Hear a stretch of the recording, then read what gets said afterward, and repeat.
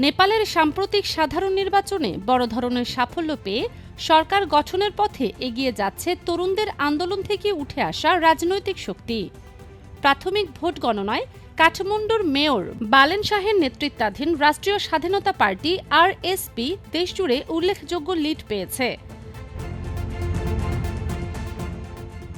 আন্তর্জাতিক গণমাধ্যমের খবরে বলা হয়েছে, প্রাথমিক ফলাফলে অন্তত ৪৪টি আসনে আরএসপি প্রার্থীরা এগিয়ে রয়েছেন।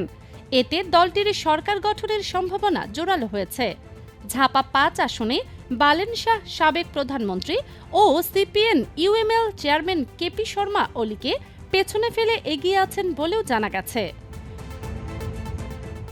রাজনৈতিক বিশ্লেষকদের মতে আরএসপির এই সাফল্যের পেছনে বড় ভূমিকা রেখেছে জেনজি প্রজন্মের ভোটাররা। গত বছরের তরুণদের নেতৃত্বে হওয়া গণ আন্দোলনের পর থেকেই দলটির জনপ্রিয়তা দ্রুত বাড়তে থাকে। সামাজিক যোগাযোগ মাধ্যমে সক্রিয় প্রচার, প্রচলিত রাজনৈতিক ব্যবস্থার সমালোচনা এবং তরুণদের সরাসরি সম্পৃক্ত করার কৌশল বালেন শাহকে দ্রুত জনপ্রিয় করে তোলে। বৃহস্পতিবার সন্ধ্যায় দেশটিতে সাধারণ নির্বাচনের ভোট গ্রহণ শেষ হয়। গত বছরের আন্দোলনে পুলিশের দমন নিপীড়নে বহু মানুষের প্রাণহানির পর প্রায় ৬ মাসের মাথায় এই নির্বাচন অনুষ্ঠিত হল। সেই আন্দোলনের মুখে তৎকালীন প্রধানমন্ত্রী পদত্যাগ করতে বাধ্য হন।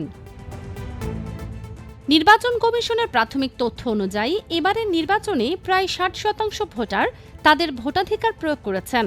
বিশেষ করে তরুণ ভোটারদের ব্যাপক অংশগ্রহণ নির্বাচনকে নতুন মাত্রা দিয়েছে বলে জানিয়েছে কর্তৃপক্ষ। ভোট গণনা শেষ হলে পূর্ণাঙ্গ ফলাফল ঘোষণা করা হবে।